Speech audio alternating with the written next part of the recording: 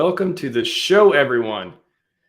I am Max. This is the RHMax channel. We are live today for 110%, 100% uptime. And it could be 110%. We might turn it up. We'll see. We may turn it up. You never know. We may get to 110% today. We'll see. A lot of it depends on our surprise guests. A lot of it depends on the chat, how good questions you ask. The other part of it is how good are you at sharing the link to the stream on the Twitters, on the Telegrams, tagging me, tagging the guests, hashtagging, all the tagging that you can think of in your brain. It does stuff. It does good stuff. Thank you for joining me on this weekend.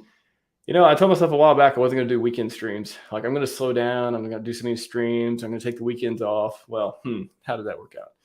September seems to be full of weekend streams as well so far. But there's just a lot of interesting stuff to talk about. I also have a new microphone. I'm going to shout out to Dixon Piper and all the people who leave me unhelpful comments, some helpful, some unhelpful comments from time to time about my microphone, which I've spent thousands of dollars on my media setup. And we'll see if this is better or not, or if it just sounds like I'm streaming from the bathroom stall at a Walmart parking lot. Who knows? I guess you can't have both of those, but you get the gist. You get what I'm saying. There's a lot of stuff going on with ETH POW, ETHW, the ETH merge. We're going to get into that. We got actually got two surprise guests on today. That's actually a first for 100% uptime. So our other guests will be joining us in 20, 25 minutes or so. So we'll get into Hedron, Icosa, all that good stuff first. Then we'll do some trivia. And that's where you can win your Watsa DeFi NFT. Pretty cool stuff. I don't go cheap on NFTs either. These aren't like, like one M point stuff. These are, they're decent. They're decent. Absolutely free. Not do anything but get the correct answer in the chat. So again, anybody likes NFTs, giving away some ones that will increase over time, unlike your monkey JPEG pictures, maybe, probably. Without further ado, welcome to the stream, GIFFORDwear. Woo! What's going on, everybody? So surprised, especially when you retweet it. And I tag Hedron and Icosa. I'm pretty sure on your third appearance, people know what's going on. That's right. I'm becoming a regular occurrence over here. It's awesome. We don't mind it. Oh, actually, I didn't even. Boom. Totally forgot about this. Boom. Hey, boom. There it is. Boom. Hedron shirt. Gorgeous. I like it. I think it goes well. I love abstract stuff. I don't like a lot of words and stuff. I just like pictures and kind of, like related objects. So Amazon, eBay is selling these now. Hedron's it's going mainstream. It's going mainstream now. Get your own t-shirts. So pretty good stuff. AJ says, what's up, Giff? What's up? Yeah, man. Let me go through the chat. I haven't looked at it yet.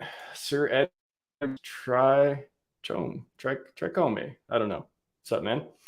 I talked about giving away the NFTs. Mr. Prophet said, cool. I think it is cool, sir. I agree with you on that.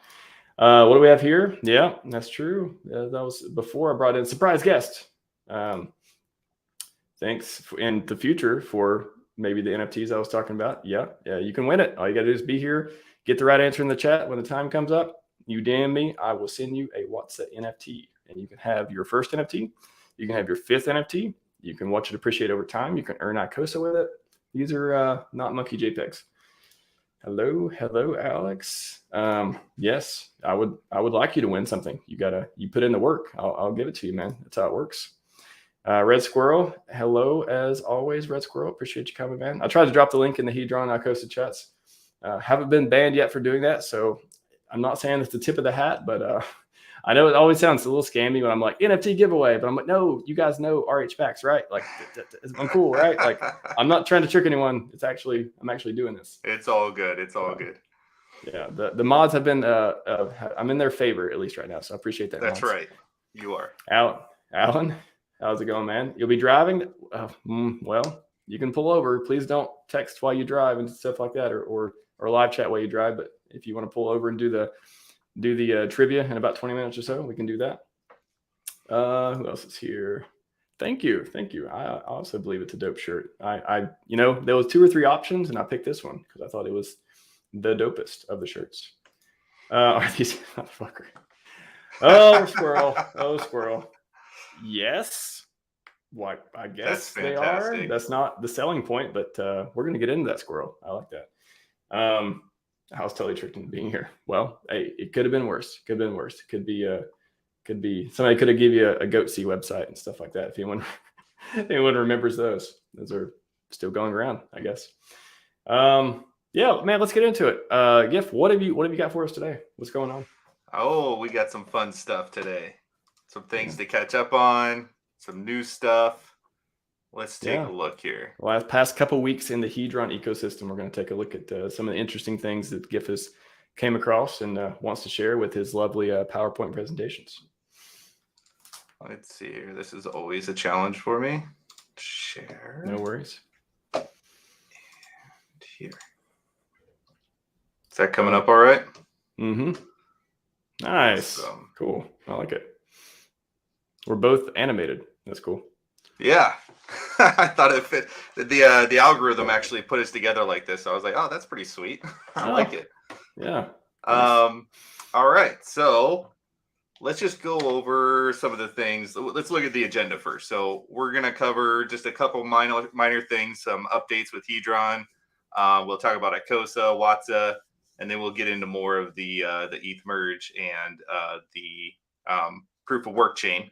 And then probably plenty of AMA towards the end there. The first thing that I wanted to pull up here is going to be, here's the most recent chart I could pull up as of, a few minutes ago on the Hedron chart.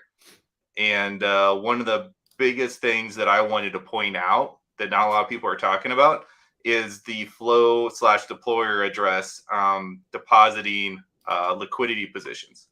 So you'll see there in the bottom right, it's showing the dates of when these liquidity positions were first created and when they were added to, and then you'll also see how much HEX and Hedron is being used to add into these LP positions. You'll also see on the chart those vertical purple lines are the dates on when those positions were either created or added to.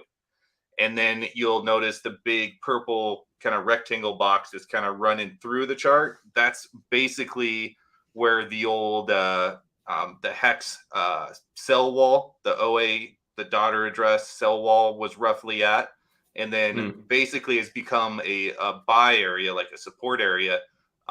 Not only just from that, but also the SA has kind of been depositing in this range too. And so it's been kind of fun to watch.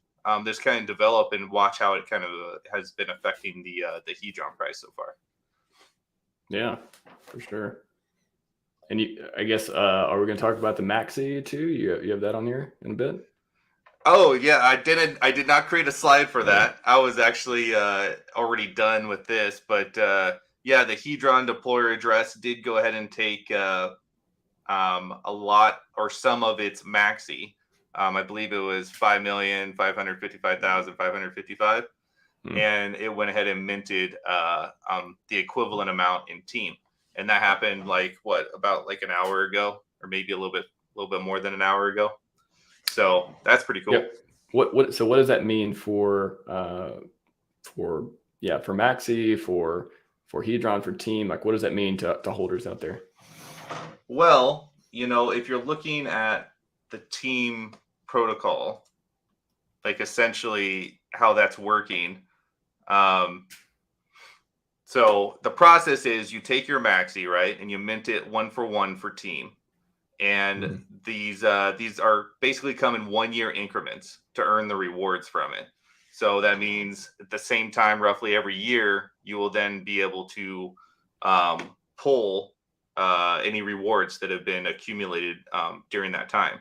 So, for example, half of all the HEX earned on the bigger pays better bonus from all the perpetuals are going to the Team pool, along with all the Hedron. And then you'll also see in the 369 rebate period, which is every 3, 6, and 9 years, you'll get a 30%. You get 30% of the Maxi used to mint the Team will be rewarded back to the Team stakers on those years. So essentially, this is just taking a bite out of that kind of pool. and we'll just kind of see what it does from there. I mean, it's engaging in the protocol, which I think is awesome. I love these, this, like, I was talking to Dipcatcher about this. You think between the mystery box and deployer address, there'll be like a quid pro quo, like there'll be like this tip of the hat back and forth and stuff going on. I think I could see some playfulness going on between the two in like a pumpamental way.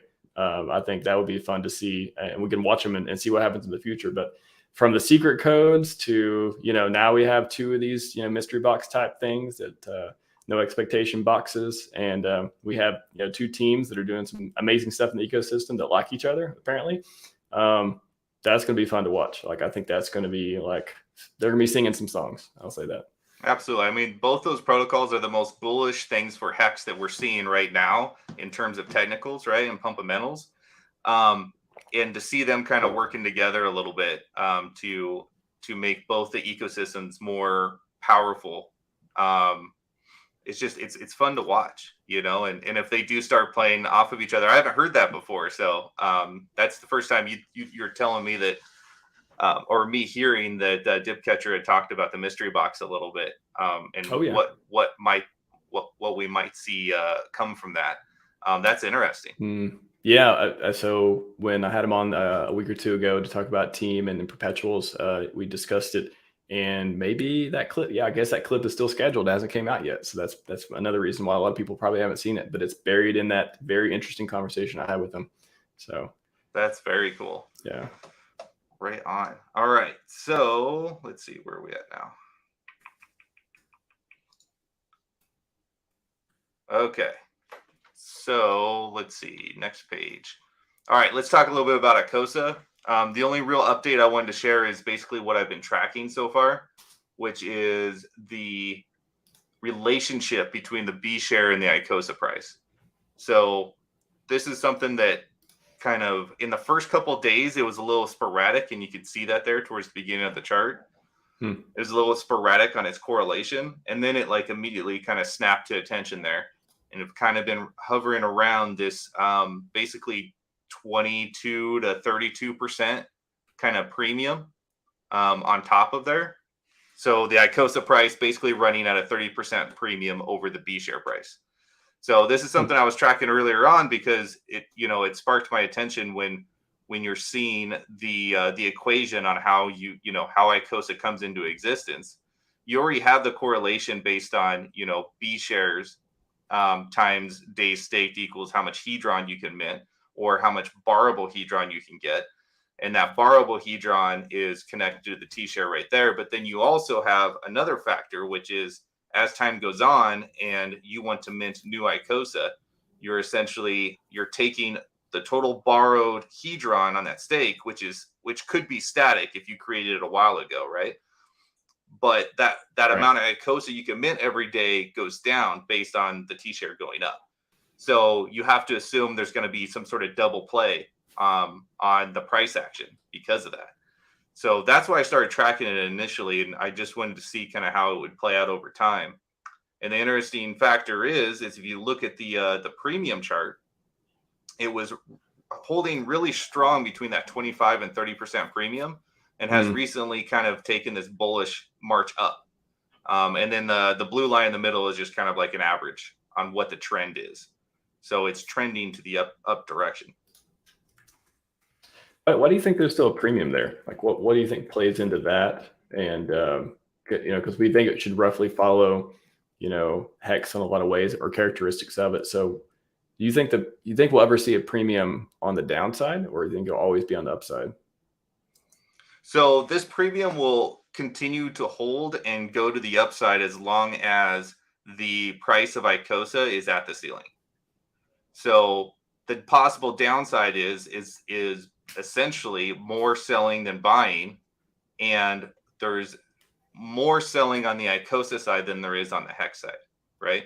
So if there's more downward pressure on the Icosa price than there is on the HEX price, then you may see it decorrelate from that price ceiling. And if that were to happen, then you would start to see that premium go down. So the only reason it's going up is because the ceiling is rising every day. Every time the T share rate ratchets up, that price ceiling also ratchets up. So that just insinuates that as time goes on, like if we started at day 0, we might assume that, you know, maybe there's a 1-to-1 price ratio between the B share and Icosa. But because it ratchets up every day after that, you're going to see a little bit more of a premium, a little bit more, and a little bit more. And I don't, as long as it sticks to that ceiling, this may be a trend that just continues, that it may just hover around this area, if that makes sense. What do you think the event would need to look like for Icosa to just dump? Like, what do you think that looks like? What are the scenarios? I mean, it would literally simply just be more people selling than buying, and you know, some sort of cascade effect on that. But here's the thing: is there's a counter argument to that, though, too. Is the only way that Icosa truly comes into existence in any significant amount currently is through the HSI buyback, right? So there is no incentive for somebody to run the HSI buyback and then immediately sell it on the market if it's not at or above that ceiling price. Otherwise, they're just losing money. They might as well just sell their HEX straight up than use this process. So what happens is if we do see some sort of a dump in the downward direction, we will see the supply, the new supply of Icosa coming into existence, grind to almost a halt because there is no more HSIs being sold for Icosa, right? Gotcha. So at that point, it's kind of like this really cool balancing effect. So when that happens, then you're going to have a static supply, and then it's just going to be left up to the market. Like, are we going to see more buyers or sellers just to buy it off the market, right? So if people see that and they're like, oh, this is a discount, this is well below the ceiling price, I'm not coming and buy that. And if there's enough buyers that bring that price right back up to that ceiling price, then all of a sudden we can get the gears rolling again. And I just actually remembered of a scenario when you asked, like, you know, what's kind of an event that we might see it kind of depeg from this ceiling price. I believe the first time we're going to see that, and this is just my prediction, just my guess, would be on the auction day, on that 90-day auction day. I see a scenario where some individuals or, you know, a group of people may be purchasing a bunch of those HSIs off the auction at the last, you know, within those last 5 minutes there, and really trying to get a ton of these HSIs at a discount. And if they get a ton at a discount, the one thing they might consider doing is taking those HSIs, running them back through the buyback program to get their Icosa and sell that immediately, and kind of cause this arbitration loop. And if that were to happen, there may be a lot of sell pressure on Icosa at that particular point in time. So they would want, if they got them at a discount, that's the caveat. They would have to get them at a discount and then sell them for Icosa, or trade them for Icosa, basically. And then we're assuming they don't just stake that Icosa, then they'd have to sell it for that to happen. Exactly. Yeah. So I love the just like, oh, nope, gotcha. Oh, yeah, gotcha. Yeah, like there's a lot of steps for this for Icosa to have to dump, sounds like. Yeah, this kind of brings up kind of a new strategy that, and this is, you know, this is probably a long shot, but if anybody was trying to actually pick Icosa off the floor for, you know, maybe 50% discount or more, you know, having some dry powder on the sidelines for that day. Like, if you don't want to mess with the auctions, if you don't want to go through that, you know, that sweating, nail biting experience of trying to win these HSIs and a lot of technical stuff that comes with it, you could literally just be watching the Icosa price chart. And if you see that dip, you can start picking that up. Because, you know, again, once that happens, the idea that it would stay down for a long period of time, like days on end, is just highly unlikely, because there's just not going to be any more Icosa really coming in after the auction happens, right? The auction happens, we got a ton of HSIs, people might be flipping them, but then you're going to see a whole lot of the supply kind of shore up, right? It's going to shore up a little bit, and then it's just going to create a little bit of a scarcity of the token. And all you need is a little bit more buys than sells, and then you might see that come up and meet that ceiling price real quick. What do you think of this one? Do not likely to get them a discount. SA won't likely allow it. What anything on that one? Oh, I don't think the SA will be involved at all. Yeah, that's what I wasn't sure. I was like, am I missing something as far as it goes? So yeah, can you just explain why you would think that?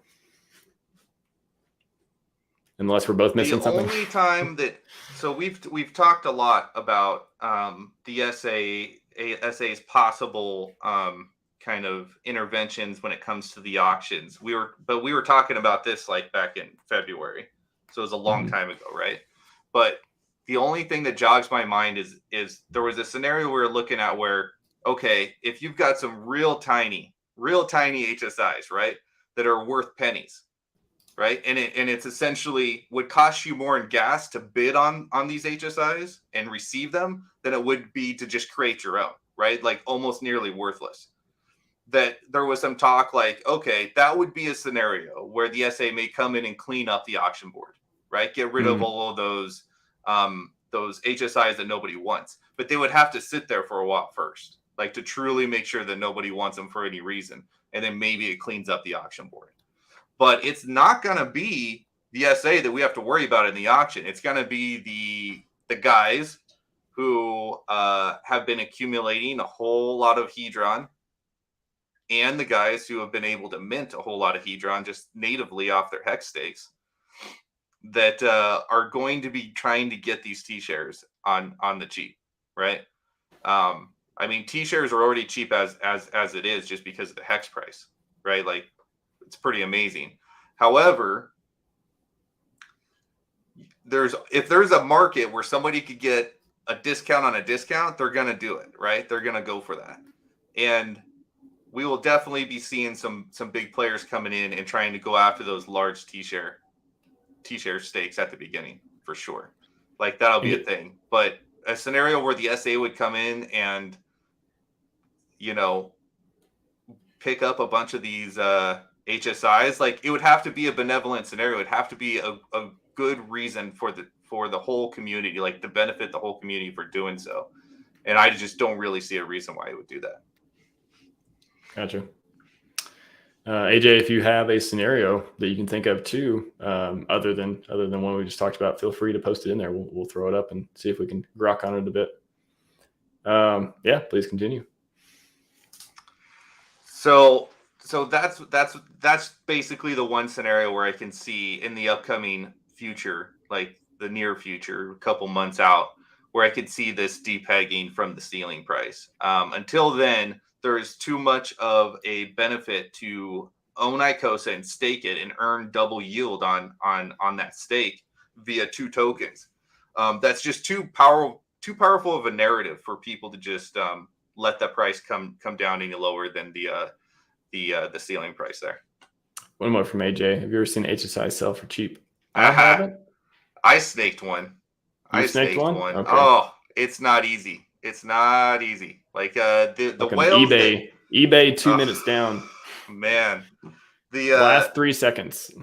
I mean, that's what it is. That's exactly what it is. Like the whales that put up their HSIs when they borrowed on those, like right when Hedron launched, like there was literally no reason for them to be doing that. Like they were getting pennies, you know, for their $1,000 or $500 HEX stakes, right? There was no reason to do that. They just wanted to get the system going. They wanted to see the auction rolling, and then they probably wanted to see some Hedron get burned. So essentially, you know, I would bid up these HSIs to the fair market value, right? And then they would come in and they'd bid on top of that, right? And they would go above that, and I'm out at that point, right? Like I'll just go make my own HSI. Like there's no reason for me to overpay, but they will bid over. Well, there's a couple of the whale/sharks that I would be confronted with. I would call him the 6.969 bidder.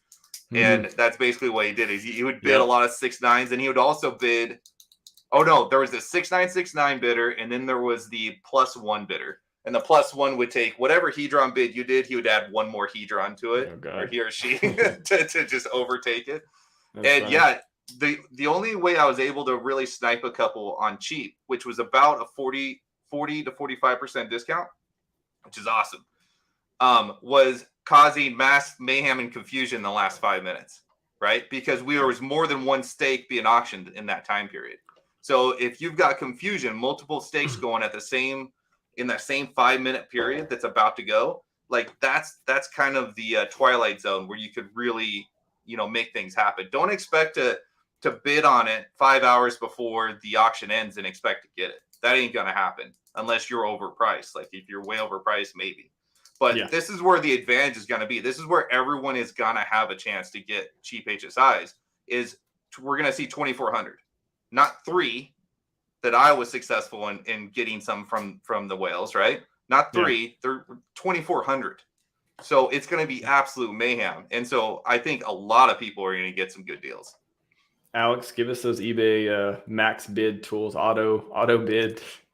Well, can you see like Hedron in 5 years? Maybe.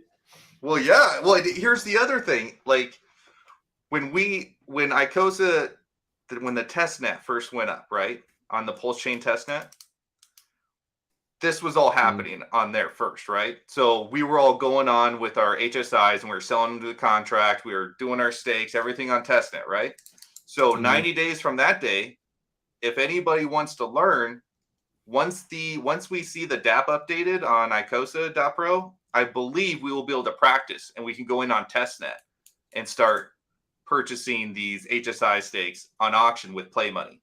But it would give you an idea of like what it looks like, how the stakes are all laid out, how to start calculating, what fair value is, the whole 9 yards. So I'm really hopeful we get to see something like that. Wink, wink, nudge, nudge, Alex. Right. Hopefully that's all built and ready to go. It wouldn't surprise me if it was. He's pretty amazing. Yeah. All right. Do you have something anymore on Icosa or Watsa? Okay, we're going to Watsa. Cool. Let's go into Watsa. So here's just kind of a quick little update. Pool size continues to go down. Surprise, surprise. That's all it can do. It could either go sideways or go down. Average NFT size. That's the interesting one. That one's interesting because this is kind of like an indicator showing what size bags are redeeming their NFTs, right? Redeeming their yield. So as the average NFT price goes up, we're seeing smaller bags taking their yield. When the average size goes down, we'll be seeing some larger bags taking their yield. And what size, you may ask? Well, 965 million points and above. So I think we just recently, thanks to Dev Huey, big shout out there. That guy's on top of it. Shout out. Said, that was over 5 NFTs were burned for 1,000 M points. So I think we can pretty much safe to say that there hasn't been any over 1,000 or $1,000 worth actually been burned yet. So this is all bags under 1,000 worth that are getting burned so far. Once we start seeing this chart kind of get a little top heavy, then maybe we might see some real action on the pool, on the overall pool size really taking some nosedives. And we might see some of these, the total left of Watsa start really taking a nosedive too. Because as we see, talk about 2 charts you want to see go down, right? you look at those 2 charts. If they start nosediving like it looks like a rug pull, man, you're doing good.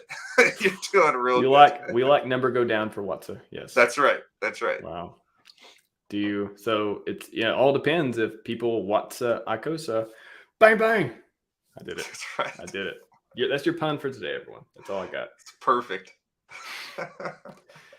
Cool, man. Yeah, number go down. I like it. What's up? Then the next, I was just gonna touch on a couple of things real quick, and then if we want to, talk to other people or do whatever, we can do that. I'll just go through these last 2 slides. Sure.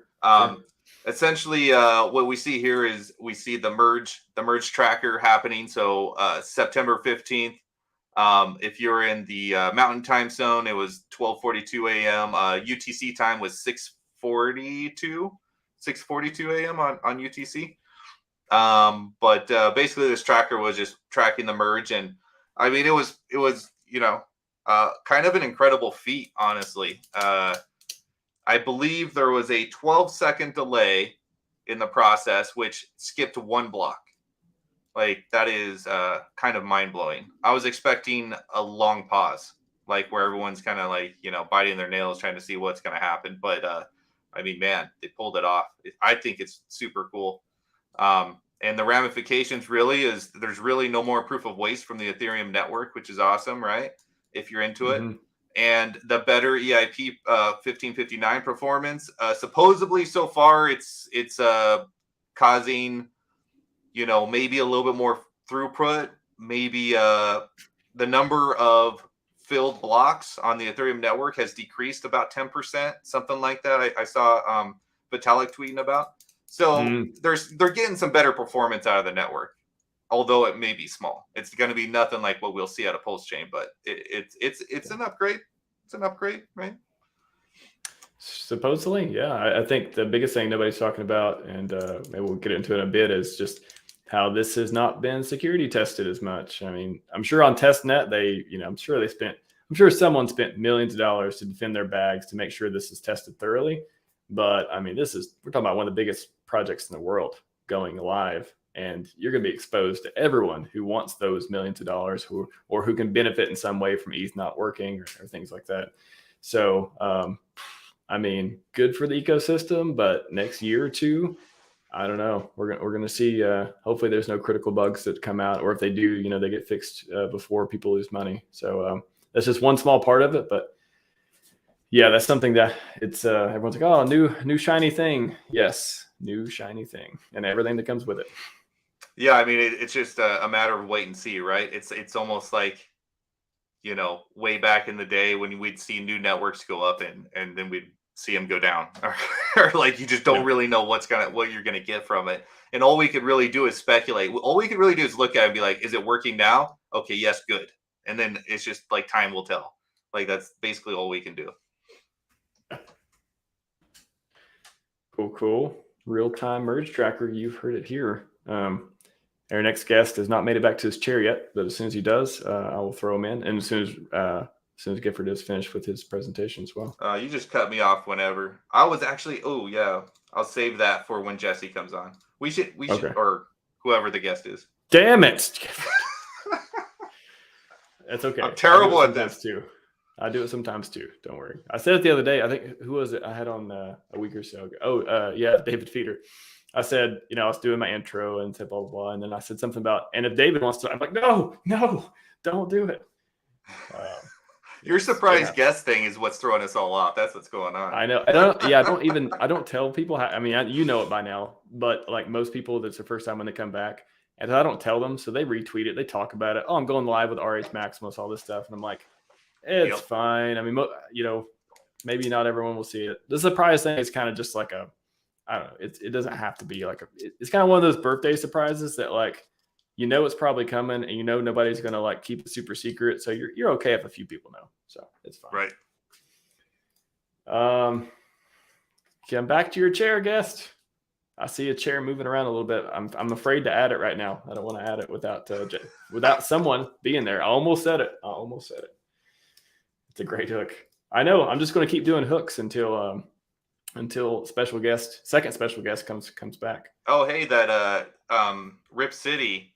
He said he spread out a bunch of Icosa over like 8 pools, and he said he's trying to get them all at 180 days. And I think that's a really smart play. That is a really smart play. That 180 day range has been kind of golden, like a golden zone, right? Like it gives you a decent bonus, and it keeps a lot of your tokens liquid fairly quickly, or it gets them liquid fairly quickly, right?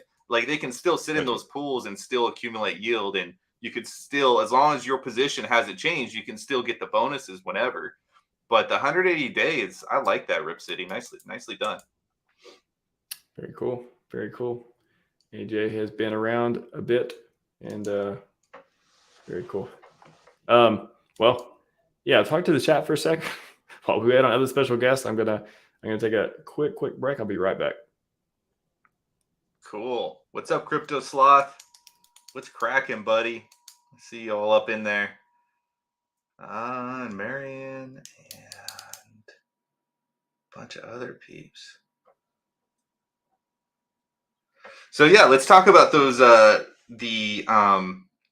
the waterfall strategy a little bit, right? We talked about that last time, and some people were asking me a little bit more questions, on different social media platforms. But yeah, Rip City or AJ, that is definitely, that's one strategy that you could use with that method, with the waterfall method. It's just literally just having multiple wallets, having a kind of having a game plan of how you want to distribute your funds and how you want to obtain your yield and how long you want to be locked up and what are you going to do if you get diluted, that sort of a thing. And that just gives you a lot of options. I'm stoked to see you doing that because I've been eyeballing that 180-day mark for a little while now. I've definitely been playing it myself. So very cool. He's still not back.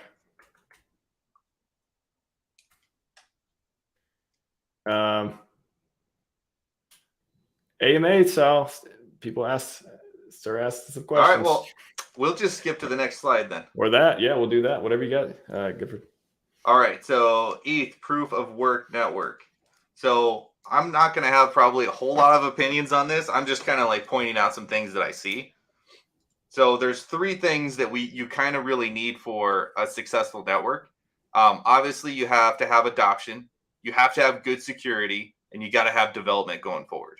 So these are the key things that you have to see from a network like the ETH POW network. Okay, so adoption huge, security huge, development huge. All three of those, you got to have the trifecta on that. What we're running into now is people kind of falling into three different categories on what they believe the ETH proof of work network is, right? They have the greed atmosphere where it's like, oh, I'm gonna buy all these cheap tokens on this side, this network, and I make a bunch of money off of it. There's the fear side. There's people talking about replay attacks, and they're saying it's just an insecure network, and you're gonna get hacked in a bridge or on a bad website or you name it, right? They're very fearful of it. And then you got just like the educational factor of it, right? I'm more in the educational factor of this. I am here to learn as much as I can about this new network. I will play with it, but safely. And not until I feel super comfortable would I ever actually put funds into this network, right? Like actual real funds. So that's where I'm at right now. How about you? Well, I don't know. I still, and we talked a little bit about this, and I've talked about a little bit on Twitter too, but I mean, it's definitely the biggest speculation event of the year. It's not PulseChain, so it's hard for me to care that much about it. I just, when I see people and hear people, doing, oh, HEX went 50x on ETHW and stuff, I'm just like, man, I don't know. I just think it's a ripe opportunity to get wrecked in a lot of ways. Nothing against the chain, nothing against proof of work. I just think that, I mean, there's going to be some opportunities. There's going to be arbitrage. There's going to be lots of ways to make money from it. But to me, it's not to a point like these kind of events they're not investing. They're just gambling. You're just like, well, maybe it'll stick around, maybe it won't. So the argument's like, okay, well, yeah, I just put $100 into it. I just put beer money. I just put a little bit. That's kind of like the free claim thing. That's kind of like where, oh, I did the free claim, but now your consciousness is in that project. Now you have those tokens. Now you're a little bit friendly towards the dev. You're a little bit friendly towards the project, even though you may not know much more about it other than it's a free claim and free money. Oh, I'll just dump the coins. You're making a lot of assumptions there. Maybe you won't. Maybe you'll see one of your favorite streamers like, oh, did you claim this yet? And now you'll have it. And now you start buying some more and all this stuff. So I think it's like a cascading, one of those slippery slope type of things that, yeah, it's free money, but now your consciousness is in it. And with this, it's like, yeah, you got double your coins. Oh, maybe I can make some money. Like, I don't know. I would rather spend my brain power and my consciousness and on things that I know are going to be around for a while, HEX, PulseChain, Hedron, all this stuff like that. And to me, it's just I mean, in a bear market, you need distractions. Like, I think if I'm going to have a distraction, I'd rather it happen in a bear market like this. But to me, it's not this huge opportunity to like get HEX pre-penny. It's not, I don't think we know enough about who's going to support it. We know a lot of big player USDC is not supported, all this stuff. I don't know. I mean, you talk to people, is it a money grab? Do we know the developers? What is the actual use in doing this other than to cash in for the next few months? at least with Bitcoin Cash, it's like, there's a purpose. You want to make Bitcoin used for cash. Like Roger Ver had a very pure purpose. Whether you like him or hate him, the guy has principles. So there was a purpose behind that. I could understand that a lot better. But for this, I'm like, cash grab, and then I'm going to go play with my HEX around it and stuff like that. I don't know. I don't think we know enough to make any rational decisions around it. So in that way, that's kind of the definition of DG gambling in a lot of ways. So sure, I think there's a lot of truth to that. The when I'm sitting in my kind of like the educational chair though, like, right, and I'm trying to learn from this, the one thing it has done is brought me back to really researching Ethereum early on, like in its lifespan, right? Like you got like what was it, 2015 launch, and then you've got the DAO hack, and then you've got the spin-off of Ethereum Classic and the reasons behind that. And I'm starting to kind of get this feeling that we might see some similar action between Ethereum Classic and the Ethereum main chain there. I just want this comment out. This is a great comment. Yeah.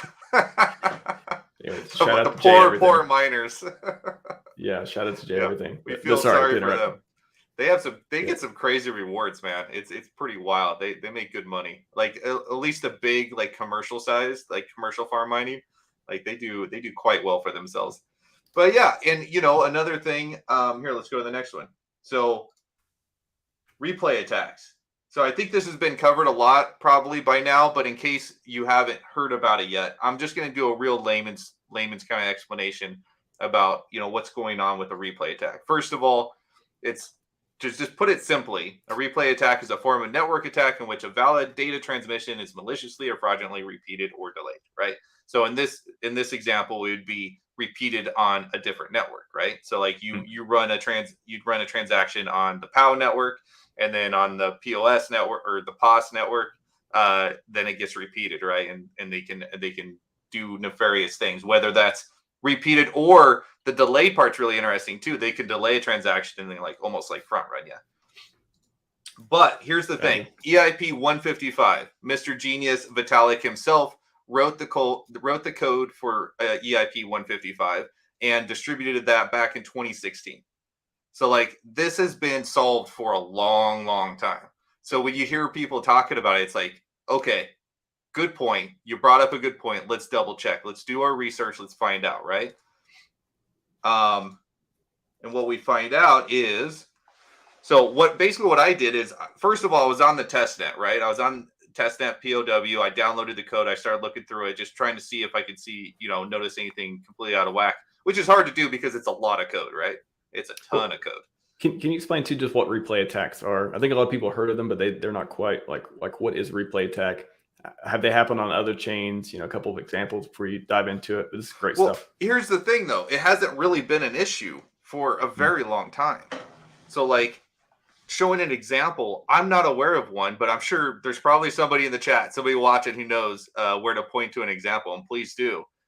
But it's basically been done on some real like non-mainstream chains that have kind of been coming out since 2017. I couldn't even name you which ones, but there was a few of them that had come out and were experiencing this problem, especially I think only the proof of work ones that were coming out were having these issues.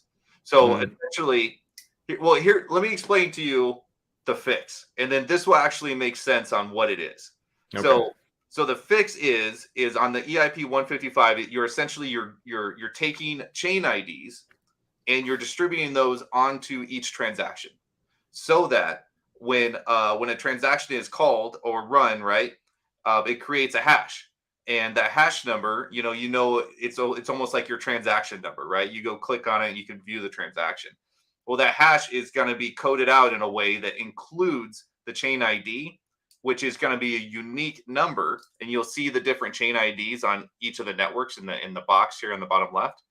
Those will be implanted into the hash. And what happens there is if you take a hash from the proof of work chain and you copy that and you paste it, dude, Alan's hilarious. You take that, you copy that, you paste it into like say Etherscan, it will not read it because that chain ID will throw off the whole transaction from being able to be replayed on a different network, right? It's like you have a serial number, like a special serial number on your transaction, so that if somebody tries to replay that on another network, it's going to come up as invalid. It's going to be like, no, it's not the right chain ID. Like it's going to fail. The transaction will fail at that point. So I am not a coder. I am not a dev. I'm probably speaking well out of my wheelhouse, but this is just what, from a layman's point of view, like this is kind of what's going on. And this is why it's important to hear this stuff and then like do your due diligence, do your research on it, and then just kind of, get some education from it, right? Kind of figure out what's going on. All of the EIP, like the Ethereum improvement proposals, like going through those are a lot of fun too. Like there's a ton of them. You can actually see on this screenshot I got here, you can go back, and if you've been in crypto for a while, you'll remember all of these like upgrades, like the London, didn't they call it the London fork? Right? London hard fork. Yeah. Yeah. You got the Berlin, Istanbul. Like, I don't remember the Petersburg. Do you remember that one? No, I don't. I don't remember that one, but they're all here, all the way back to the Byzantium, right? It's a lot of fun. It's a lot of fun to go back and like really do your due diligence on a lot of this stuff and try to pull some actual education out of it, as opposed to just being fearful or just going along with what everyone else is saying, right? That could always be, a problem, right? If you just go along with what everybody else is saying, sometimes it's better to just do your own research, or in my case, I basically do it on everything, which is exhausting. Try if you don't have, try not to be a lemming. If you don't have a strong like data to back up your strong opinion, at least I think silence is better than looking ignorant. I try to practice that, but it doesn't always work. But I think it's a good rule of thumb. Yeah, absolutely. And that's all I got. I wanted to just get that finished up. So, do we have any luck? I still just see a chair. Oh, no. He did come back for like a second, but he didn't look at the screen, and then he went away again. So he must be drinking some really good coffee right now to prep up for this. So I also reached out on Twitter. We shall see. We shall see. He's probably he's been on streams all day since this morning, so he's probably tired. We're gonna get a very interesting version of him if he comes. Oh yes. Speak of the devil. Welcome to the show. Yo, yeah, I've been on a lot. I heard that last part. I've been on okay, yeah. Like 3 streams. It's like, does anyone have Jesse's number? Can we send something to him? A very nice gift that says, "We need to see more than chair today." So what are we talking about today? Well, we started diving into ETHW, and so maybe that's a good point, way we can do it, where I'll kind of give my brief summary. Gifford can be like his position, and then Jess, we have an idea of what your position is, but there's a lot of nuance that goes with that too. So for me, ETHW, I think in a bear market maybe we need distractions, but for me this is something that, hey, I hope a lot of Hexans don't get wrecked in because of all the crazy price action. We have bridges, we could do trading, but like, does this actually matter? Isn't PulseChain much more exciting? Like, making a move, how do you know you're not making a bad move? How do we know it's going to be supported? I'm a little skeptical of the future of it and currently trading on that network. That's kind of the synthesis of my view. Gifford, you want to just kind of briefly go through what either criticisms or support or otherwise, and then we'll give Jesse to go through. Yeah, I'll just kind of repeat myself a little bit from earlier. Just really saying that I see this as an opportunity for myself to learn a lot more about crypto in general and how forks really actually work, and what potentials we could see by looking at the past and see it, how previous forks have gone down, specifically talking about the Ethereum and Ethereum Classic fork. And I'm wondering, I actually have more questions than really opinions, because, I've been listening to Jesse for a while. This is the first time we ever met. What's up, Jesse, by the way? But I've gotten a lot from a lot of your streams. And, I was in the Telegram chat with you a little bit. They're way back at the beginning of Liquid Loans. And so I got a lot from you. So really, more than anything, I got a lot of questions. But the biggest thing is, I just want to learn from this scenario. I want to play with the network as safely as possible on the other end. And essentially just wait and see what happens. Like the three things that I think you really need to see for the proof of work network to actually be successful is you obviously have to have adoption, but there also needs to be a security aspect to it and future development, which is kind of my asterisk around that is we basically have to wait and see. We don't really know how many developers we're going to see supporting that network in the future. And that's just where my question and my ignorance lies. Jesse, can you put together 8 hours of your live stream today? You've got the best points now. They're on the top of your head. I'm sure you have plenty of energy. Lay it on us. So I need to warn the community that aping in comes with both risks from a security standpoint, depending on what you do, what wallet addresses you choose to use. Potentially, the replay attacks has narrative has, kind of mitigated, but it's a new chain. We haven't physically looked at the code. We assume that it's the same code that Vitalik wrote and we've been running for the past 7 years, right? But do we really know? I would hope that with thousands of miners that are also, running that code, that social consensus network of just the way mining works, like it would be okay, right? But you have to be careful and you have to understand that there are risks. And there's also risks financially. If there's something brand new that like a large community says will likely die, and then you get other people who say it could survive, right? So, if you ape in with fresh money, you have the potential for it all to go to zero. You do happen to have free copies over there, though. So this is very similar to PulseChain. All of this is very similar to what PulseChain may look like. At a bare minimum, what's happened with the ETH fork is we now have established HEX at the top. It did a 50-some X in value. Now, that doesn't mean all that can be extracted and sold and brought back out, right? There's a liquidity issue. The same issue exists for every other cryptocurrency in history, including HEX right now. If everyone tried to sell, everyone couldn't get out. If you had bought HEX at the beginning or been involved with adoption amplifier and stuff, there were periods of time where HEX was extremely cheap, but it was super low liquidity and everyone was scared and thought it was a scam and they didn't, should I put money in? Should I not put money in? And some people took that chance and others didn't. So like you have to weigh that risk for yourself. But for that one though, I mean, we kind of knew the network was going to be around. We knew that, the liquidity, we had the OA, that isn't it kind of different with this one?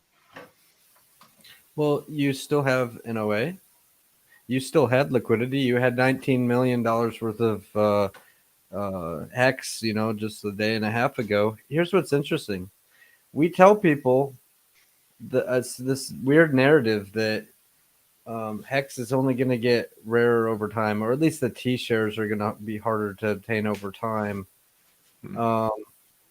And, as the liquidity dries up, the supply, the supply you're able to buy is smaller and smaller. But then when it actually happens on a new fork, then people go, oh shit. And then they worry about the liquidity, right? So it's like your own, people start talking out of both sides of their mouth sometimes, right? Why don't you worry about the liquidity? Of course I do, right? But there are options, right? For anybody who, here's what's happened. Here's the majority of that price run up is not actually fresh money that we don't have like endless thousands of dollars that aped into HEX. Here's what happened. People had their stuff copied over.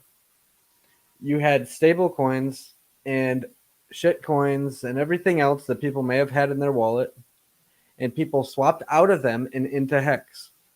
Now, this is the exact same narrative that we tell people they can do when PulseChain goes live. People ask, how can I participate in PulseChain?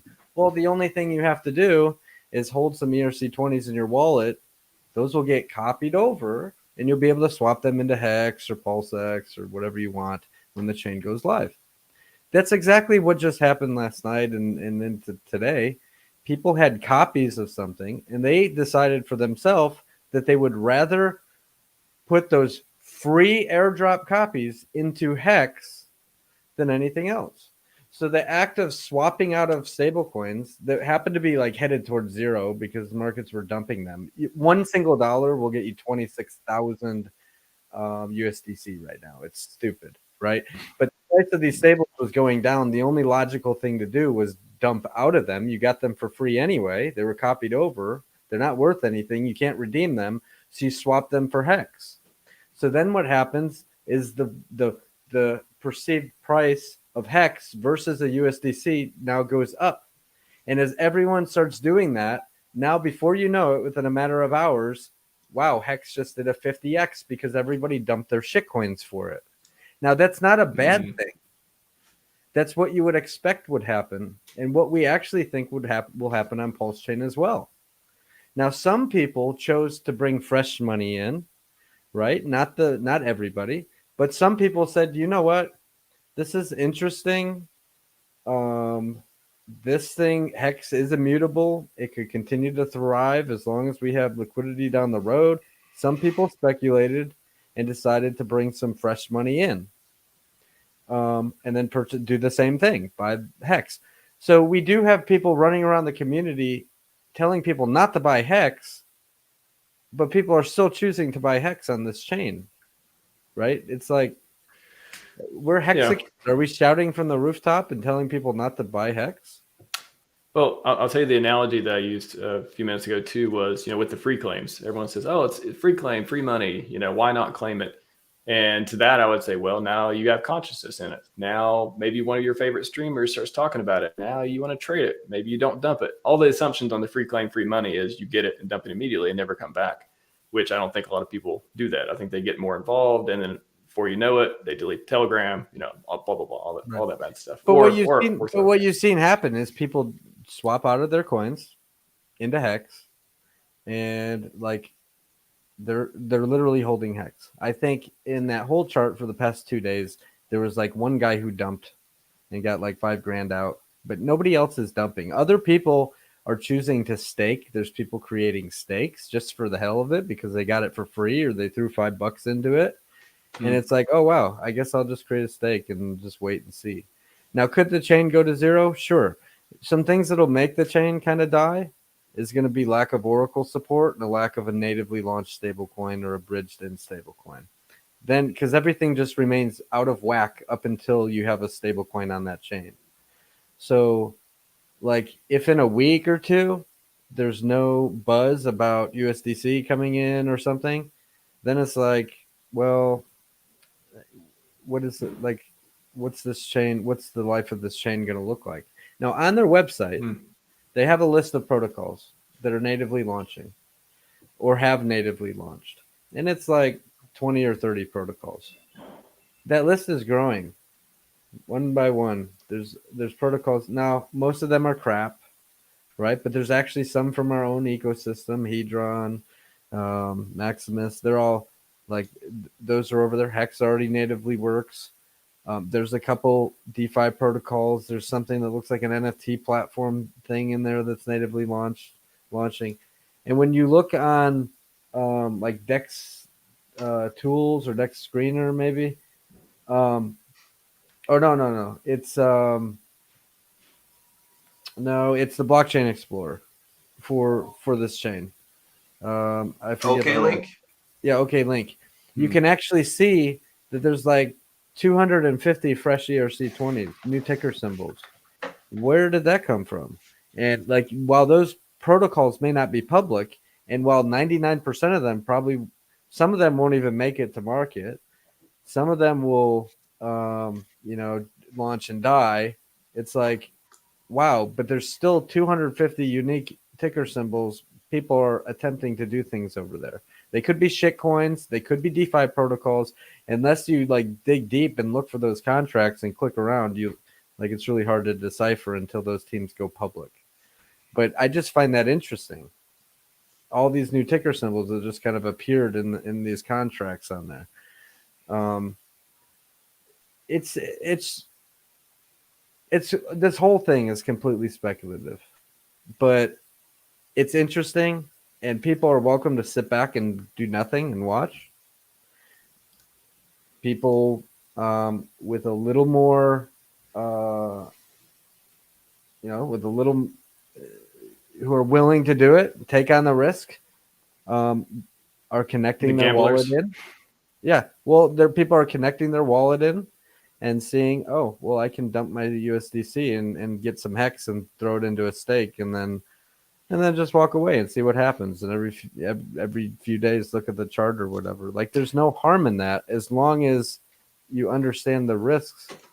Like, you could create that stake and then potentially never get that value out because the chain has gone to zero.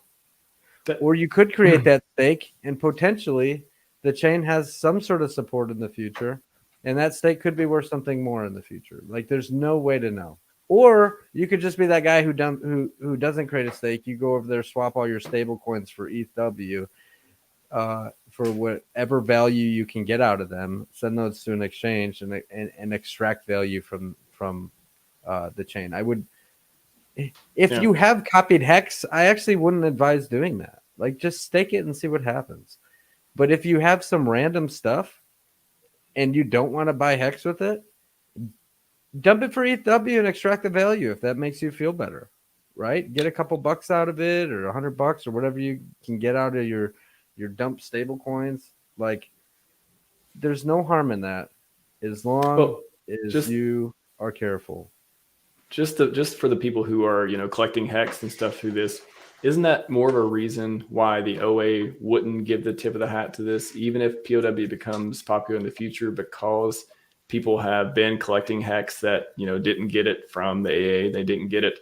They got it in they maybe have millions or billions of HEX now because they got it super cheap through the arbitrage and stuff like that. Well, not billions. I think, but like they got a lot more than the system would intend. The biggest purchase that I think I saw probably was, I don't know, maybe probably 50 to 60 million HEX. Okay, and that guy probably paid a couple or a few $1,000s to be able to scoop that up. Now, could you get that same value on ETH chain? Could you pay a few $1,000 and get that many HEX? No, but this isn't the ETH chain. This is a different chain that has far less value. So spending that guy, his risk tolerance was he's willing to lose $3,000, and he got 60 million HEX or whatever, right? Yeah. Some people like Matty Allen threw $4 in, okay, and he got like 500 some HEX. Like, other people didn't throw any money in. We can't go around like waving a stick at anybody who chooses to spend their money how they want to choose it. I'm just thinking about the system. We know the OA has a lot of control and kind of wants to see the vision, is their best friend as Hexicans. You think that would affect, people getting crazy amounts for all this stuff, and OA looks at, okay, here's time to make a decision. Am I going to put up any buy or sell walls?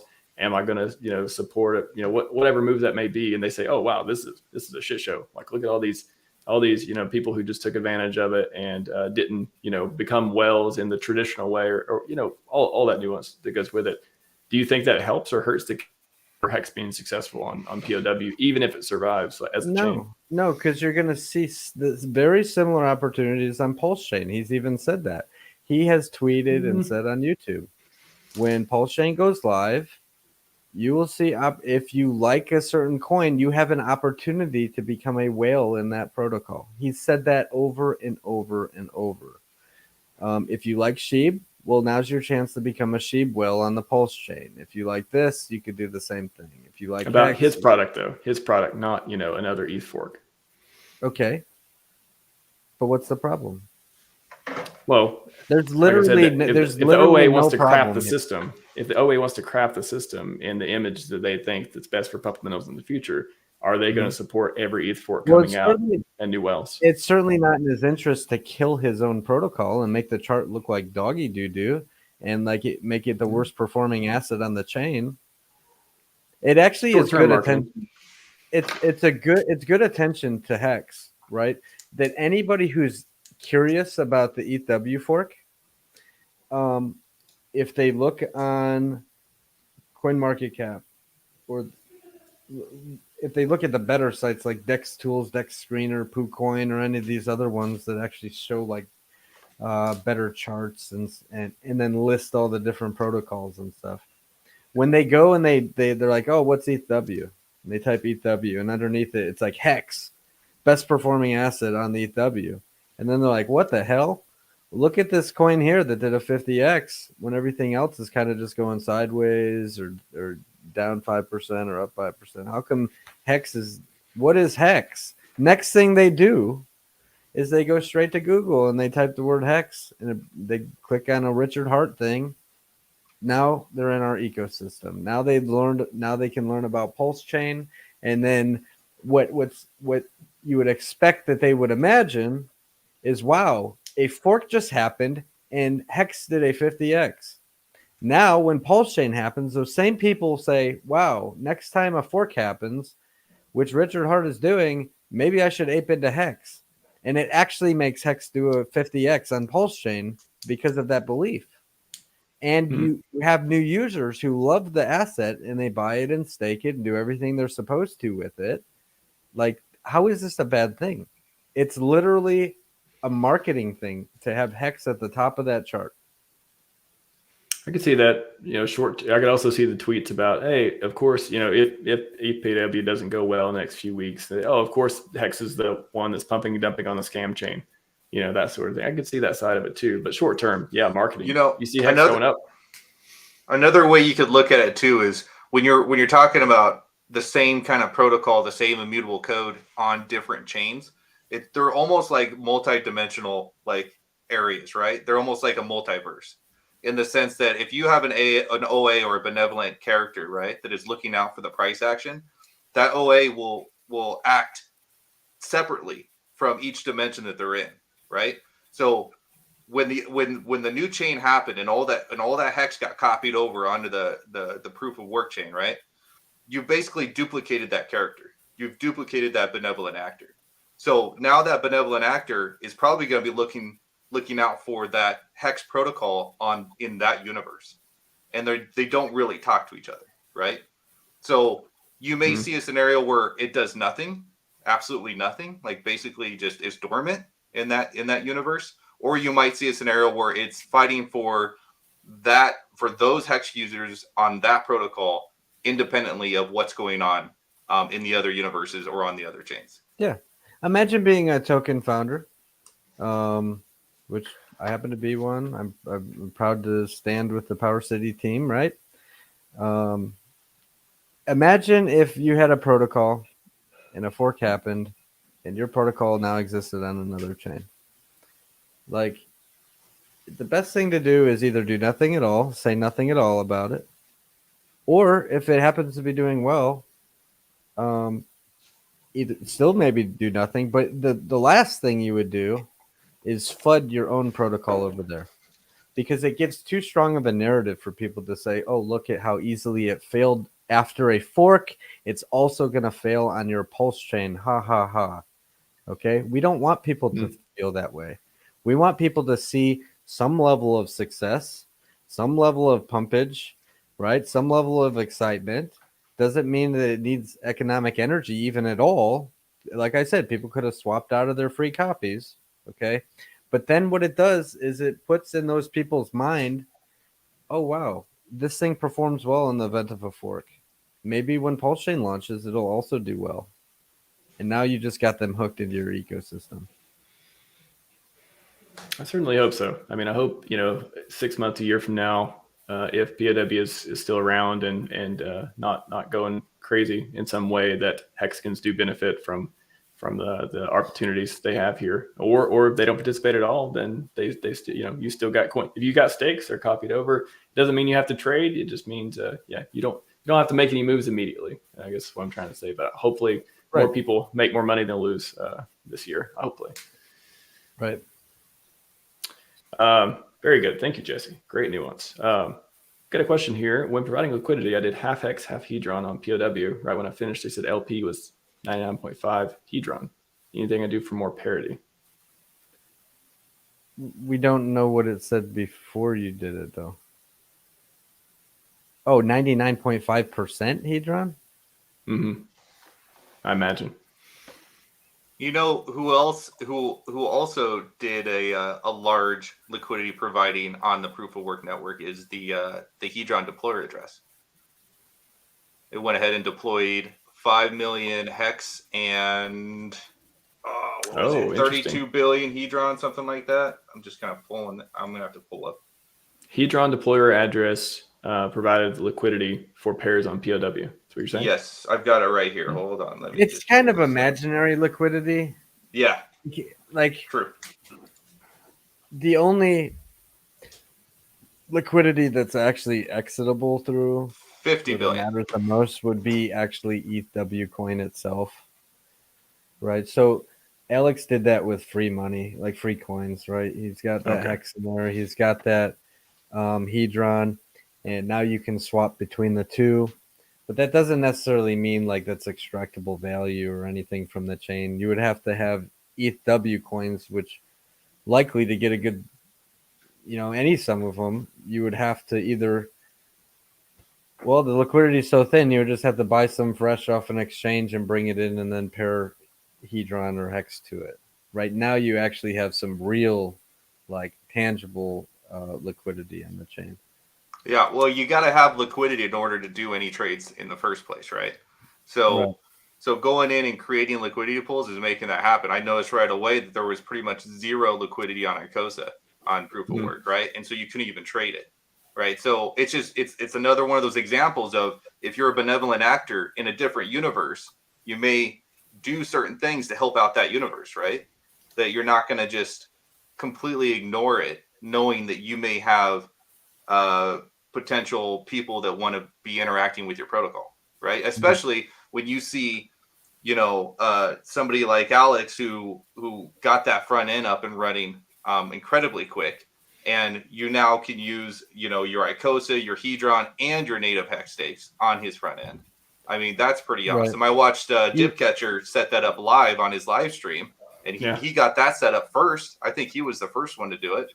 You want to hear something mind blowing? Yeah. It appears that some sacrifice addresses may have had a bunch of ETH and USDC and stuff, right? Those copy over. They're free coins. Mm-hmm. If Richard so chose, he could take his free copies, millions of, ETH or millions of mega millions of copied over USDC, and just add liquidity over there, and it doesn't cost him a dime. Alternatively, he could do nothing at all. Or he could take his free copies and say, F you all, and then like swap it for ETHW, or it's already ETHW, and then send it to an exchange and cash out and buy some Louis Vuitton. Right? But like he's doing nothing at the moment. It's really interesting. If he makes some sort of move, it'll really get the buzz going in the community. People will start going nuts, like, "Oh my gosh, look what the OA just did." Yeah, I don't think we'd see that. I don't think we'd see it anytime soon. I think it literally he'd have to see some other major players tip the hat. Okay, we're going to participate and things like that before he would be like, "All right, we're doing this." But that would be crazy. But that's a way for him to also allow his community to extract value, right? If he wanted, hey guys, like, I'm going to be nice to y'all. I'm going to use my free copies and put them up as liquidity. Do what you want to do with Hex over there, right?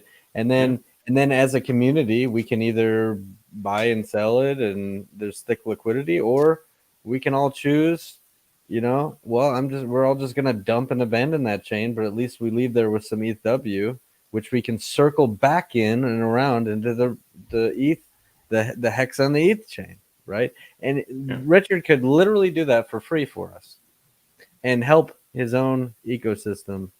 What do you think the pairings would be? Like if he were to create a liquidity pairings over on that network, what would that be? Hex with what? It would just be Hex, which he has a shitload of, right? And ETHW, because his ETH that he holds also copies over. You have to know that. And it copies over as ETHW. Absolutely. So he just needs to add to that pool that's only got like 16,000 worth in there. You just got to add to that, and next thing you know, there's like millions in there, right? The interesting thing is going to be is going to see, you know, when you look back at the other forks that happened. I brought up Ethereum Classic, and you could also look at, you know, all the forks from Bitcoin as well. But in particular with Ethereum Classic, like you see this example of a community trying to hold it together, right? Like with like duct tape and hopes and dreams, and you see it have value, but it just kind of bleeds over time, right? It just kind of bleeds out. Like if I were to really be pessimistic, I would say, you know, we could see something similar where it doesn't matter what the liquidity is that gets put up, because if it's paired with that ETHW that's just bleeding out over time, that's going to be nothing but like a reverse Hart's law effect, right? Yeah. Like, I mean, I don't think anybody here has any hopium or expectations of anything Richard might or might not do. And actually, as a community, you know, there's other ways for liquidity providing too, you know, with Uniswap v3 and stuff like that. There's all sorts of things that I think at least a handful of people in the HEX community will do. Yeah. It's going to be interesting to see what is done just in general. Like, it just feels like exciting times. No matter how you look at it, like we're going to see a lot of things get played out that we didn't think we would see until something like PulseChain launching. Yeah.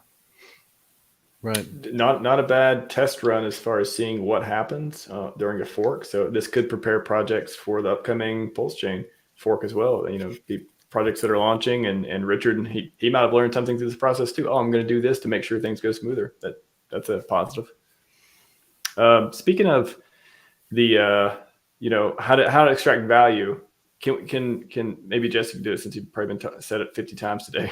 How do you, like, if you're going to trade HEX, going to trade ETHW, whatever, how do you do that? And then is there a bridge or some way to extract value? Maybe you make some money, you know, whatever it is you want to get out, maybe sell everything and try to get out. How would you do that? So let's pretend you have an ERC20 copied over. We don't even have, it could be anything. It could be SHIB. Okay. You're simply going to go onto the chain.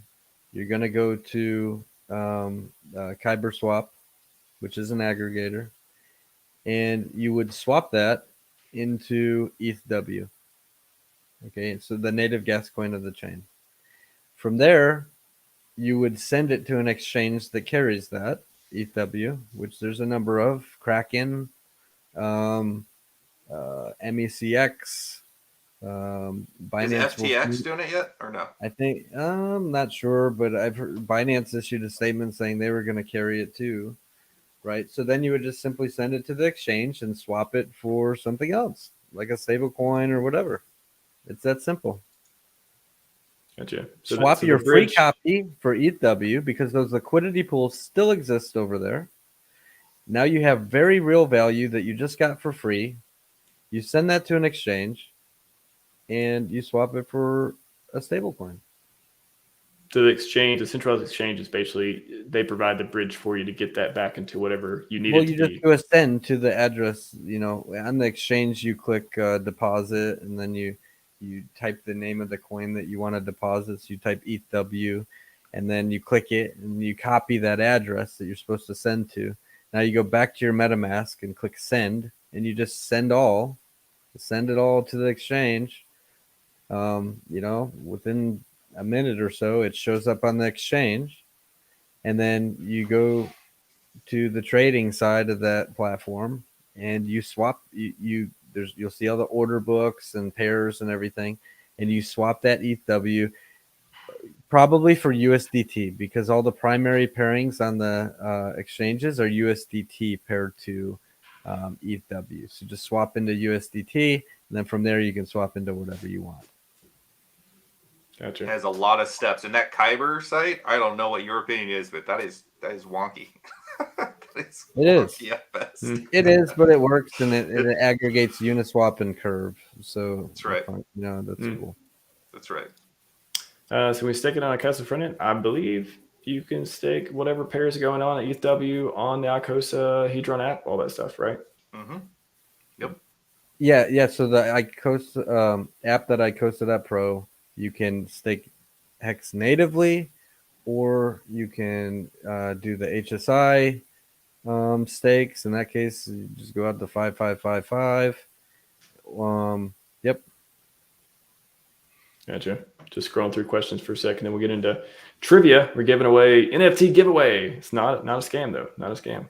I promise. So, question on that, RH, or Yeah. is the winner going to receive both copies of the Watsa? God. I think somebody asked that earlier. I think didn't they ask that earlier? Well, they yes. mentioned they were Hold only on. getting the proof of work set. That's actually, I want to say no because okay, man. Then I got to switch over. I got to use the other network. Okay, originally I was just going to send you the ETH one, but we'll see. You know what else is interesting? You see that the volume is like on the chain, like is primarily like HEX, Hedron, like our ecosystem, right? And then you see some activity in the SHIB, from SHIB, and you see some activity in some other random things, but there's a lot of stuff that's just sitting there doing nothing at all. Like there's a ton of people who are not as educated as our community of what to do when a fork happens and you get a full system state copy. We're like the only people in crypto that for like a year and a half or 2 years now or something, we've been like prepping for a full system state free copy of all your coins. So we were highly in tune with like what to do next in the event that happened. So it happened. And it's like, oh shit, we know good. This is a good dry run. Okay.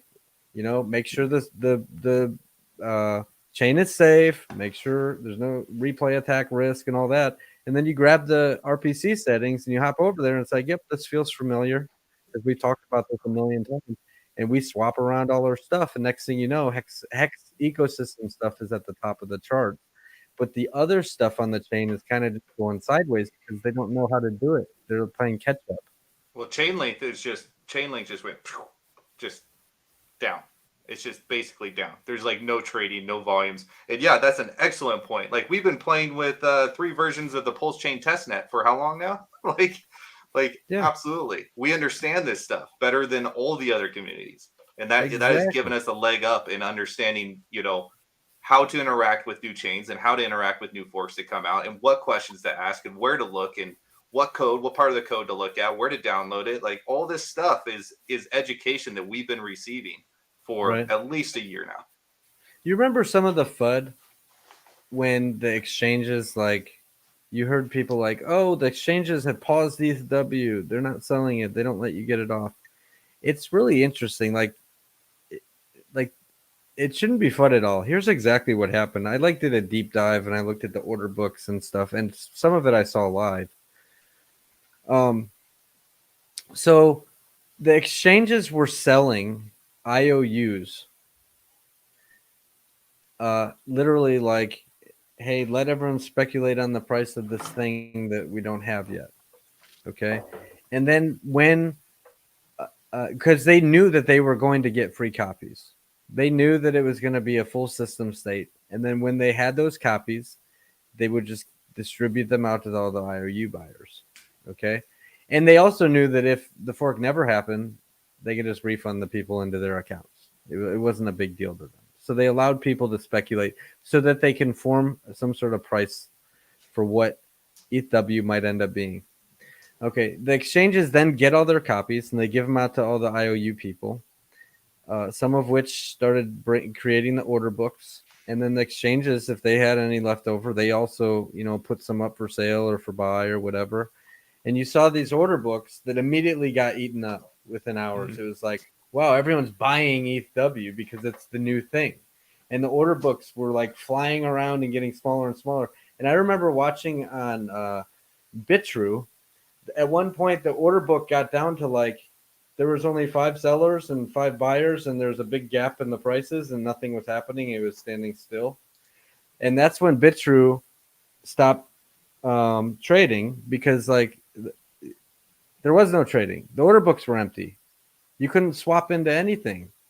And then what happened was that it appears the exchanges actually plussed up their supply off the chain, sent all that stuff in, and then recreated these massive order books to allow people, so that there was actually tradability again. And then they turned on withdrawability and everything else. And then people started going crazy, and it's still going crazy. So it's the reason for those pauses on the exchanges was literally they just ran out of coins. They literally ran out. So like all the FUD of, they're manipulating the prices. They're manipulating by not allowing us to swap or buy it or whatever. Like that's all just bullshit. Like people need to do their own research and do deep dives into what's actually happening with these companies.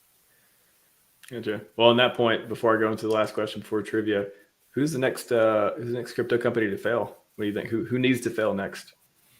Oh, who knows? Like all these tiny exchanges are so risky too. Like we have to make that clear to people. First off, we don't advise, like no advice, period, right? Not financial advice. Yeah.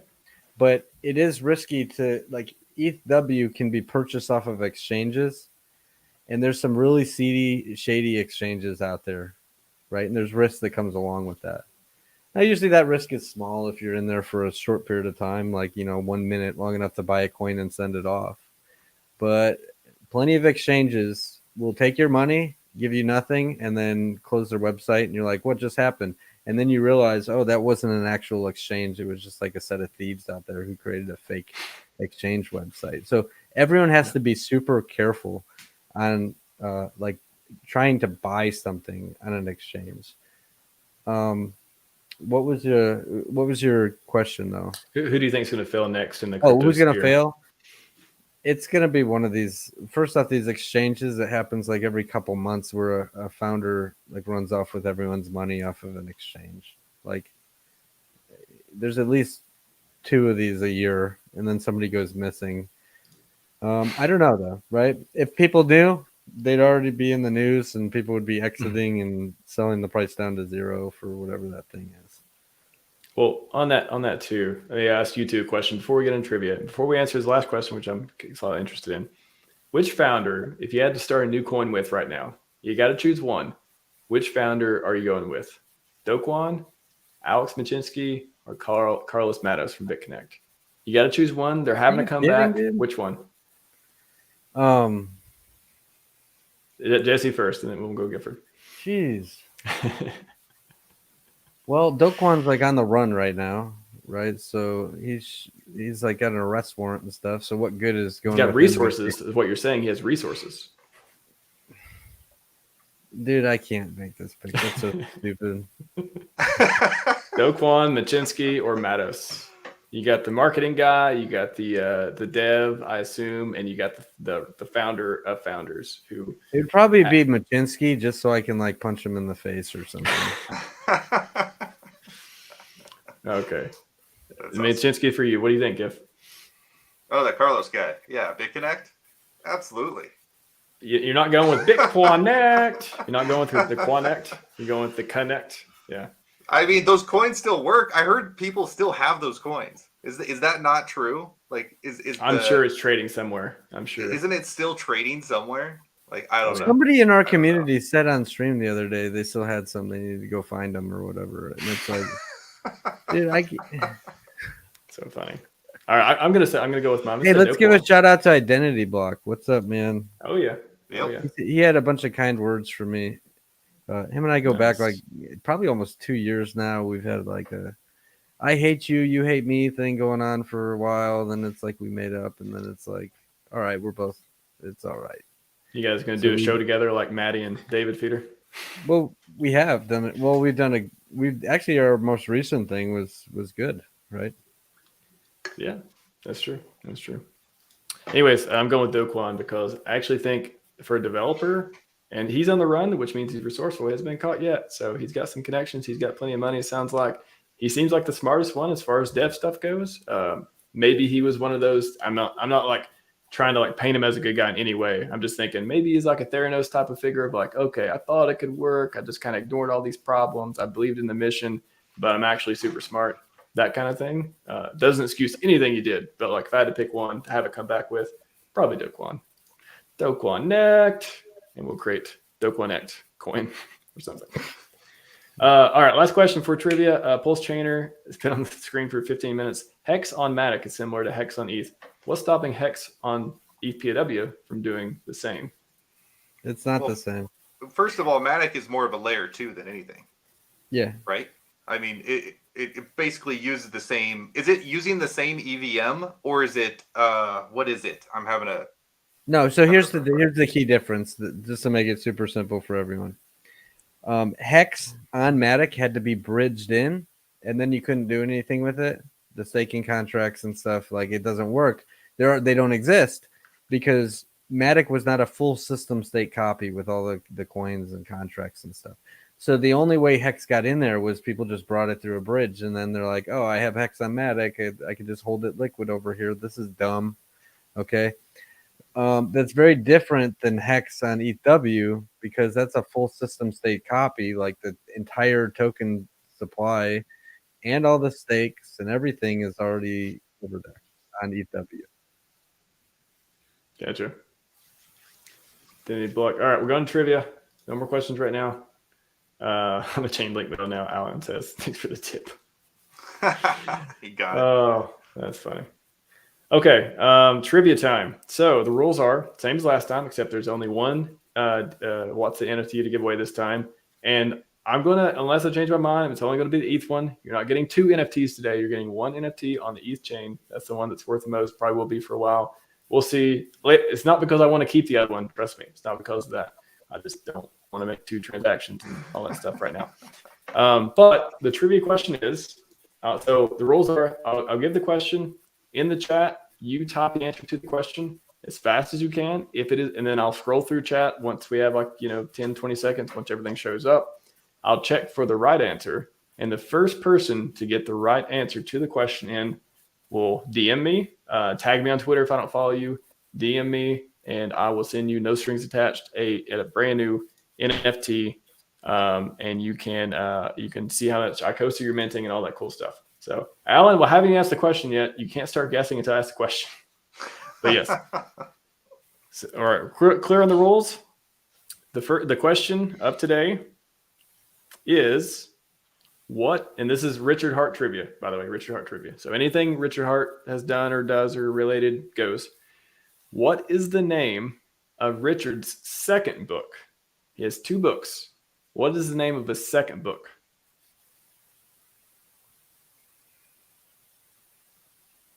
Waiting. Not okay. We got two ones yet. I think Marion got it. That's the first one I see. The answer is Fix the World or 15 Ways to Fix the World. I'll take either one. I see Marion. Hexec was close with How to Change the World. Alan was in the ballpark, I guess. We had a few people get it. Okay, nice. A little bit later, though. I know that made everyone think for a minute. If you haven't read Scivive, you probably wouldn't know this, so you know what to do. The first answer was Scivive, which interestingly spelled, but that was close. Scivive. No, Marion got it. Marion, you just won yourself a whopping so many M point. I don't remember what it will be. I got a few. I'll choose one. I'll choose a nice one for you.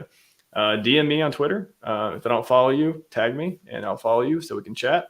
Send me your address and I will send you 1 brand new WAATSA NFT. Thank you very much.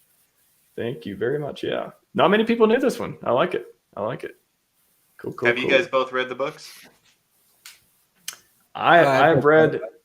I'm getting through Fix the World. I'm using. I don't read a lot of books these days. I listen audio. So I've been listening to SJ's audio version of Fix the World, but I'm not finished. What about you, Jesse? Scivive. I've read that. Scivive completely.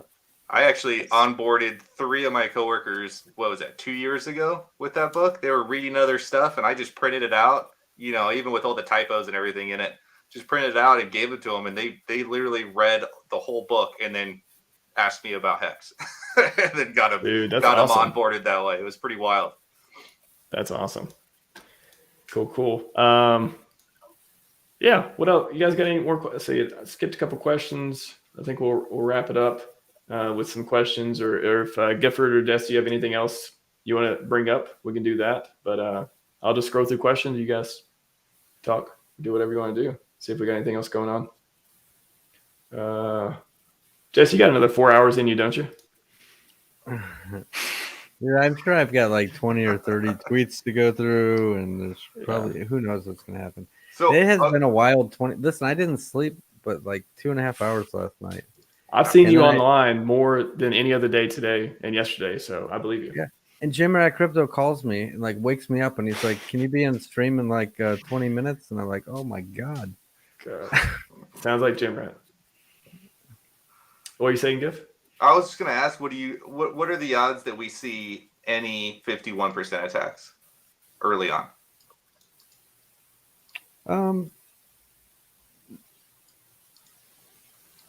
So do we believe that one miner is gonna do what? Extract value and then try it? No, actually, because the only way to get value out is to send tokens back to an exchange.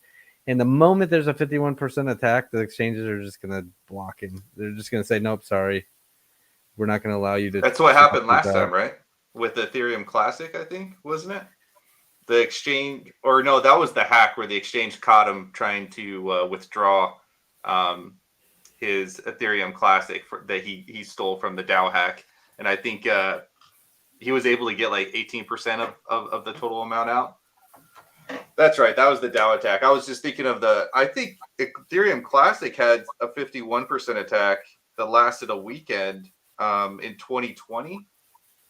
Sometime in 2020, not even all that long ago. Yeah. Let's see.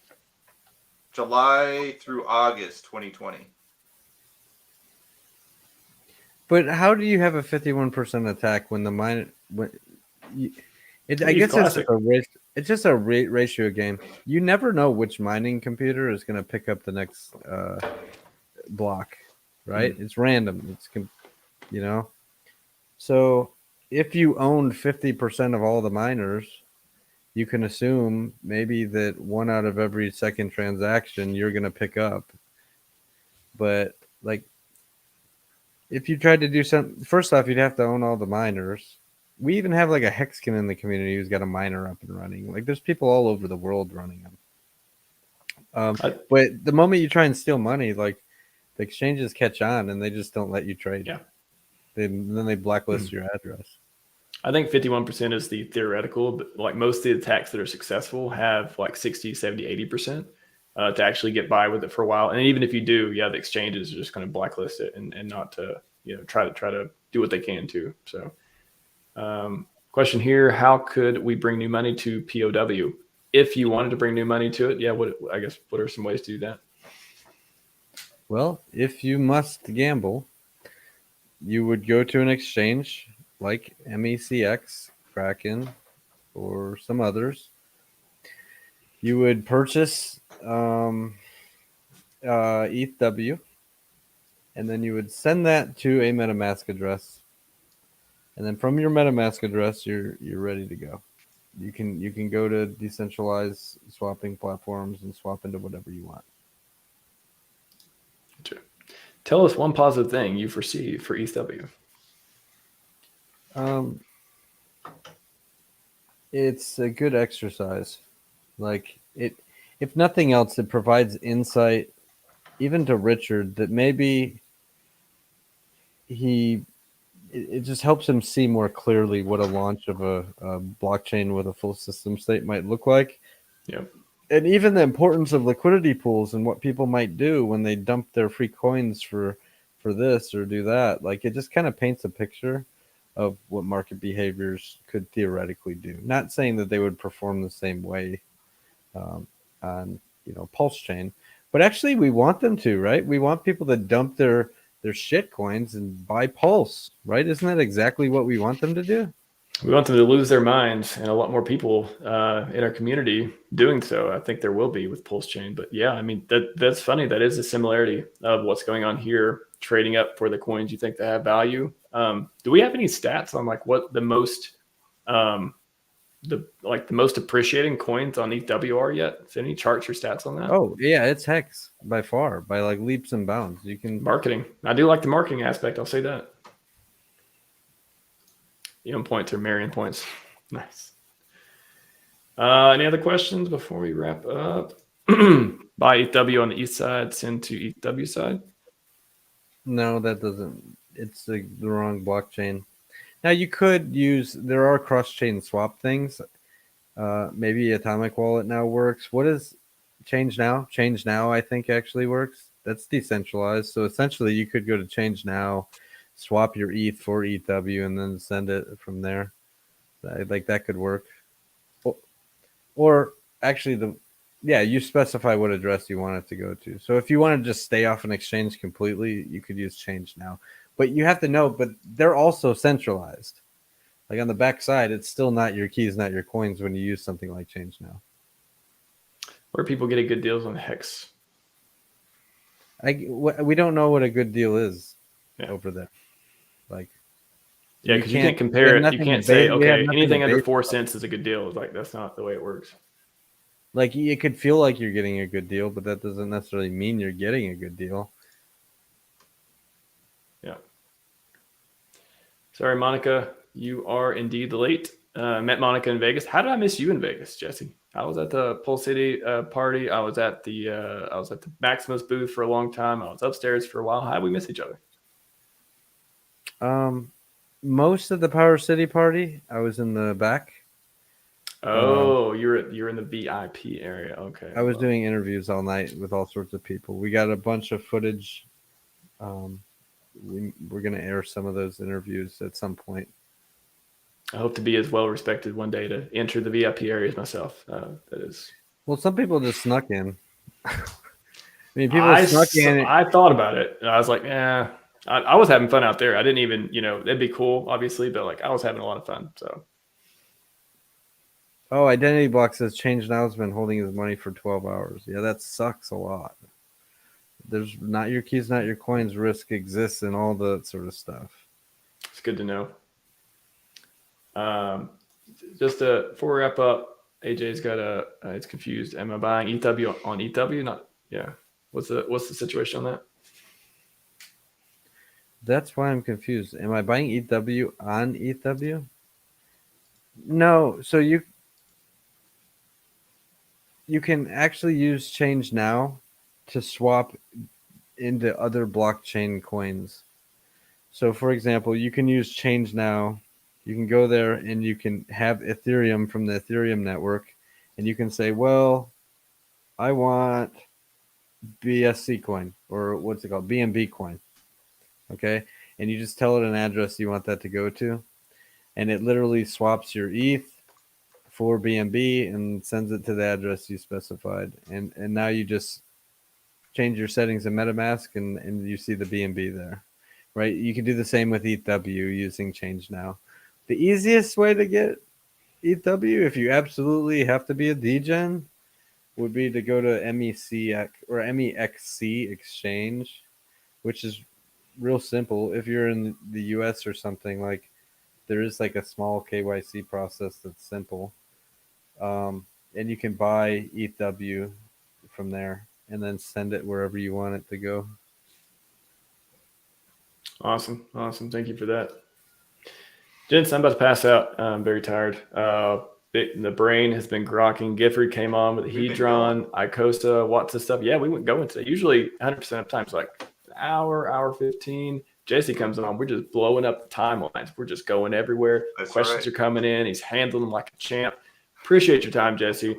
For sure, man. It's good to get that nuance. I try to be really objective with these things. I have a position, but also I love. You brought up some really good points too that helped me think a little bit better about it as well. So that's what I'm trying to do. I want to get the the case for, the case against, and then let people decide for themselves whether they want to gamble, whether they how much faith they have in the chain. For all we know, ETHW could be the premier chain outside of PulseChain for HEX in the future. It could take, we don't know. It's just so early. It's been like a couple days or so. But right now it's a lot of rolling the dice, it seems like, but who knows what the future holds. But just as long as people have information to make their own decisions, That's why I want to get out there. So you did fantastic for that. GIF as well. GIF had some great points too. I'm going to go have some dinner. I'm going to go lie down, maybe do a mask, something like that. Next week, Monday, I have Crypto Coffee coming on, I think. So tune in for that. That should be a fun one. This has been another episode of 100% Uptime, number 6. We talked about HEX. We talked about PulseChain, ETHW. Jesse came on. This is the first time we had 2 guests on 100% Uptime. Jesse came on. GIF was murdering with the slideshow. I'm going to clip all this stuff up. Everyone, like, subscribe. Go follow GIF at GIFFORDwear. Go follow Jesse at JustAskJesse. Jesse, do you have a YouTube channel? I do not, but you can always so just follow me, right? Sub for me. You can always just do yourself a favor and just go visit all the Power City stuff. Power City there you IO. go. Power City IO on YouTube, Twitter, all that good stuff. And if you're listening on audio only, follow me at RHMax, most just the way it sounds. I'm going to keep the good content up until I get real tired, and I'll take a break, and then I'll come back. We'll see. Again, Marion, hit me up for that NFT. I will get it to you. And with that, I will say we are out.